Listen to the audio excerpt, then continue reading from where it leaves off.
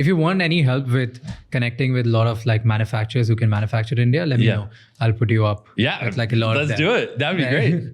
I know like a lot of them. Okay. Like a lot of them who manufacture for Nestle, for Rocher, for Mars, for like all of these people in India. Okay. And what's the number one chocolate selling brand in India? I haven't even deep dove the market yet. They're Cadbury. Cadbury? That's what I saw when I was at a store earlier today. I was just looking at it. It looked like they were like half the shelf space. The big thing is just, it's going to be price, obviously, because people just don't have as much money to spend. And we do a lot for Feastables on the ethical side of, making sure like sourcing needs to be something which is really problematic for Yeah. Are you aware of Tony's Chocolonely?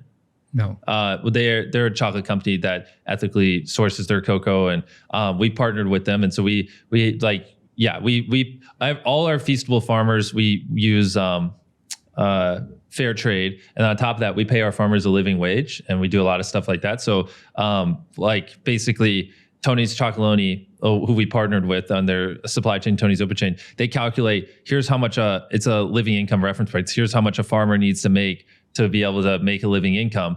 So this is how much they need to make per metric ton of cocoa beans they sell to you, and blah, blah. Anyways, it's just like a metric where it looks at the cost of like theoretically bread, inflation, everything in West Africa. And so we pay based off of that. We make like, if a farmer sells us beans and they don't make enough money off those beans to meet this threshold, then we'll pay extra on top of it just so they make enough money where they can live. So we pay our farmers a living wage. They're fair trade certified. And we're doing a lot of projects in West Africa and the communities where we're sourcing our beans to help them. And like we're right now building schools over there. And then there's CLMRS, which is like child labor remediation, which checks in on the farms, make sure there's not child labor, that kind of stuff. And trying to, like I don't want child labor, and I want to make sure our farmers make a living wage and fair trade certified. So I'm very aware. Yeah, there's a lot of messed up stuff in the cocoa sector, and Feastables is doing everything in its power to show that you don't need to do that.